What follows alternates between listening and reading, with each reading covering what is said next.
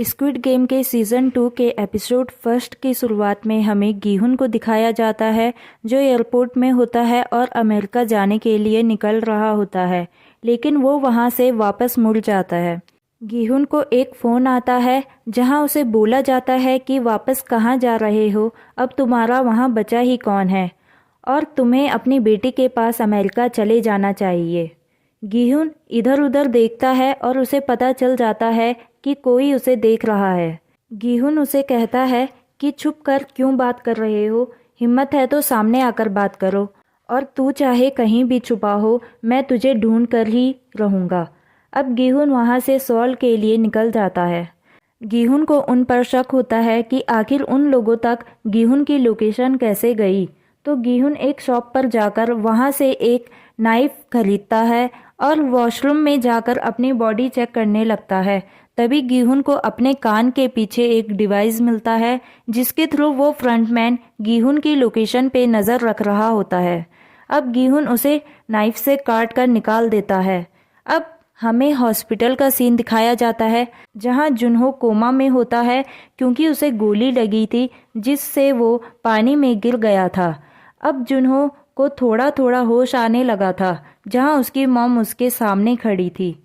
अब यहाँ हमें 2 साल बाद की स्टोरी दिखाई जाती है जहां जुनहो ट्रैफिक पुलिस की ड्यूटी कर रहा होता है और वो स्कूटी से आ रहे एक कपल को रोकता है जो बिना हेलमेट पहने गाड़ी चला रहा होता है। जुनहो उससे फाइन ले रहा था, तभी वो लड़की स्कूटी से नीचे उतरती है और जुनहो पर लाइन मारने लगती है ताकि वो उनसे फाइन ना ले। बट जुनहो फाइन लगा चुका था और अब वो लड़का अपनी गर्लफ्रेंड को वहीं छोड़कर वहाँ से निकल जाता है। अब जुनहो के सीनियर जुनहो से मिलने आते हैं। जुनहो को उस आइलैंड के बारे में इंफॉर्मेशन चाहिए थी बट वो आइलैंड अभी तक मिला नहीं था और उनके पास उस गेम से रिलेटेड कुछ भी प्रूफ नहीं था, जिस वजह से जुनहो की बात पर कोई भी जल्दी से भरोसा नहीं कर रहा था। साथ ही जुनहो ने उन्हें जो फोटोज़ भेजी थी वो भी उन तक नहीं पहुंची थी, ना ही जुनहो का फ़ोन उन्हें मिला क्योंकि वो पानी में गिर गया था, इसलिए सभी को जुनहो की बात झूठ लग रही थी। अब वो ऑफिसर जुनहो को बताता है कि कमिश्नर उसे काम से निकालना चाहते हैं, जिस पर जुनहो कहता है कि इसीलिए तो मैं ट्रैफिक पुलिस की ड्यूटी कर रहा हूँ क्योंकि इसमें हमें जब कोई भी रूल ब्रेक होता है तो हमारे पास सारे प्रूफ होते हैं। तभी वो सीनियर जुनहो से पूछता है कि जिसने उसे गोली मारी है क्या सच में उसने उसका चेहरा नहीं देखा है, तो जुनहो झूठ बोलता है और कहता है कि नहीं, मैंने उसे नहीं देखा। जुनहो घर आकर अपना घाव देखता है जहाँ पर उसे गोली लगी थी। तभी उसे वो बात याद आती है जब वो फ्रंटमैन के सामने खड़ा होता है और फ्रंटमैन अपना मास्क उतारता है। तभी जुनहो देखता है कि वो और कोई नहीं बल्कि उसका छोटा भाई इन्हू है जिसे वो ढूंढ रहा है। इन्हू उसे अपने साथ रखना चाहता था बट जुनहो मना कर देता है और वो उसके शोल्डर पर शूट कर देता है जिससे जुनहो पीछे पानी में गिर जाता है। दूसरी तरफ एक कपल होटल में जा रहे होते हैं बट वहाँ की सारी लाइट्स ऑफ होने की वजह से वो वहाँ से चले जाते हैं।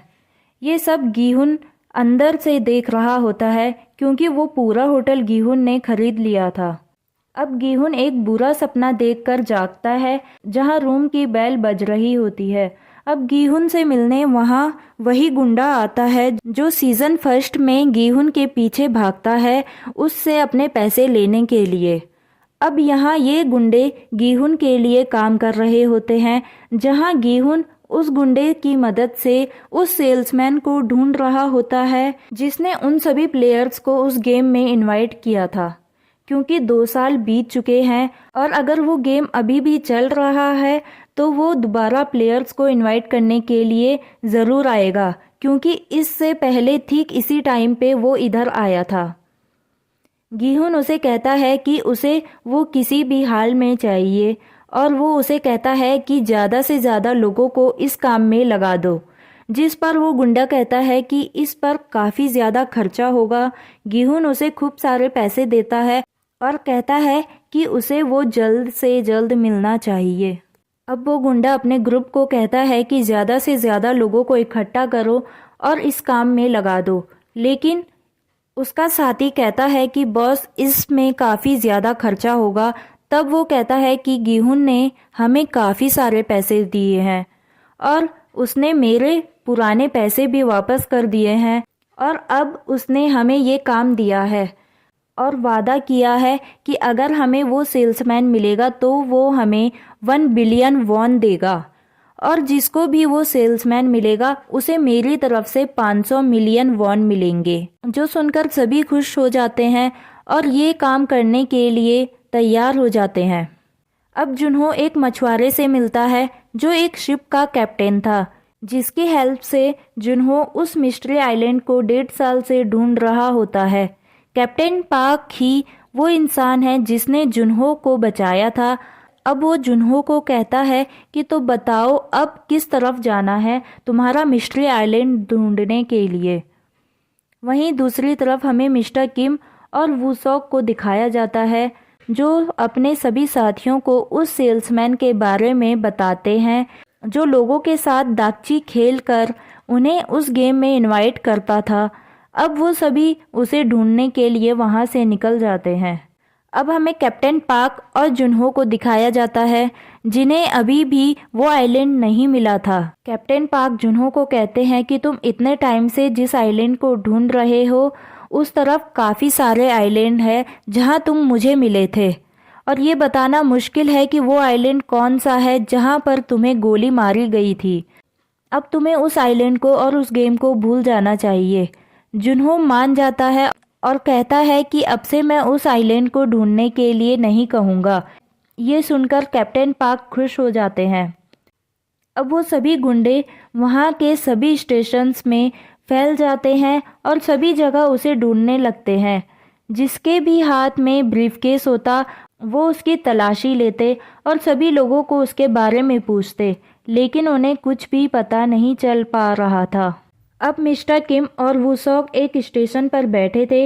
वूसॉक कहता है कि बॉस हम 2 साल से उस आदमी को ढूंढ रहे हैं बट ऐसा कोई इंसान है ही नहीं और गीहुन भी मुझे फ्रॉड लगता है। जिस पर मिस्टर किम कहते हैं कि वो ऐसे ही किसी पे भी इतने सारे पैसे उड़ा नहीं सकता। तभी उन्हें एक आवाज़ सुनाई देती है जो दागची खेलने की थी। तभी वो सामने स्टेशन में देखते हैं जहां उन्हें वही सेल्समैन दिखाई देता है जो एक लड़के के साथ दागची खेल रहा होता है। तभी वो दोनों गीहुन को फ़ोन लगाते हैं और उसे इस बारे में बताते हैं। गीहुन उनसे कहता है कि उस पर नज़र रखना और मुझे उसकी लोकेशन भेजते रहना, वो जल्द ही वहां पर आएगा। गीहुन अपनी कार लेकर वहां से निकल जाता है। तभी वो सेल्समैन वहां से निकलने लगता है। मिस्टर किम और वूसॉक उसका पीछा करने लगते हैं। तभी वो लड़का म्यूंगी जिसे गेम का कार्ड मिला था वो उस कार्ड के पीछे का नंबर देखता है और तभी उसका फ़ोन बजता है जिसमें जुन्ही का कॉल आ रहा था जो इस वक्त अबॉर्शन सेंटर में होती है। अब हमें उस सेल्समैन को दिखाया जाता है जो गरीब लोगों को एक ब्रेड और एक लॉटरी टिकट का ऑप्शन देता है, जिसमें से सभी लोग लॉटरी का टिकट चूज कर रहे होते हैं और उन्हें कुछ भी नहीं मिलता। अब वो सेल्समैन सभी ब्रेड को ग्राउंड में फेंकता है और कहता है आप सभी को एक मौका मिला था फिर भी आप सभी ने किस्मत को चुना तो अब उन्हें इसमें से कुछ भी नहीं मिलेगा और सारे ब्रेड को पैरों से कुचलने लगता है और अब वो वहाँ से निकल जाता है। वहीं गीहुन तेजी से गाड़ी चला रहा होता है और उसके पीछे पुलिस की गाड़ी लग जाती है और उसे रुकने को कहती है। जुन्हो अपने जूनियर को कहता है कि तुम उससे फाइन लो। अब वो गीहुन का कार्ड मांगता है और उस पर फाइन लगा देता है। कार्ड मिलते ही गीहुन वहां से भाग जाता है। जुन्हो को ये बात अजीब लगी क्योंकि सभी लोग फाइन मांगने पर माफ़ी मांगने लगते हैं और फाइन माफ़ करने के लिए कहते हैं, बट गीहुन वहां से सीधा निकल जाता है तो वो उसका रिकॉर्ड चेक करने लगते हैं। वो दोनों गुंडे उस सेल्समैन का पीछा करते हैं जहां वो एक जगह आकर रुकता है और गली के अंदर जाने लगता है। अब वो दोनों डिसाइड करते हैं कि हम उसे पकड़कर बांध लेते हैं, लेकिन तभी वूसॉक कहता है कि बॉस गीहुन ने हमें दूर से उस पर नज़र रखने को कहा है, लेकिन लास्ट में वो उसे पकड़ने का डिसाइड करते हैं। अब वो दोनों उसके पीछे भागने लगते हैं, लेकिन वो सेल्समैन उन दोनों को काफ़ी ज़्यादा मारता है। वहीं दूसरी तरफ जुन्हो ने गीहुन की आईडी से उसकी डिटेल निकाली। जैसे ही उसने गीहुन की फ़ोटो देखी तो उसे याद आया कि वो अपने भाई के बारे में जानने के लिए गीहुन के पास गया था, बट गीहुन कहता है कि वो अभी कुछ भी बताने के हालत में नहीं है। अब हमें गीहुन को दिखाया जाता है जो उसी लोकेशन में पहुंच जाता है जहां उस सेल्समैन ने उन गुंडों को मारा था। गीहुन को वहां उनका चाकू मिलता है और वो वहां से निकल जाता है जहां वो सेल्समैन उसे बिल्डिंग के ऊपर से देख रहा होता है। अब जुन्हो ने गीहुन की कार डिटेल निकाली जहां उसे पता चला कि वो कार एक कंपनी ने रेंट में ले रखी है जिसका नाम है सनशाइन कैपिटल। जुन्हो उस कंपनी का एड्रेस मांगता है। वहीं हमें उस सेल्समैन को दिखाया जाता है जिसने उन गुंडों को मारने के बाद उन्हें बांध कर रखा था और अब वो उन दोनों को एक गेम खेलने के लिए कहता है जिसका नाम है रॉक पेपर सीजर -1। और वो गन को लोड करते हुए कहता है कि इसमें एक गोली है, जो भी हारेगा उसे मैं शूट करूँगा। इसमें तुम्हारे बचने के 5 चांस हैं और मरने का 1। और वो ये गेम खेलने लगते हैं। वो दोनों ही काफ़ी ज़्यादा डरे हुए होते हैं।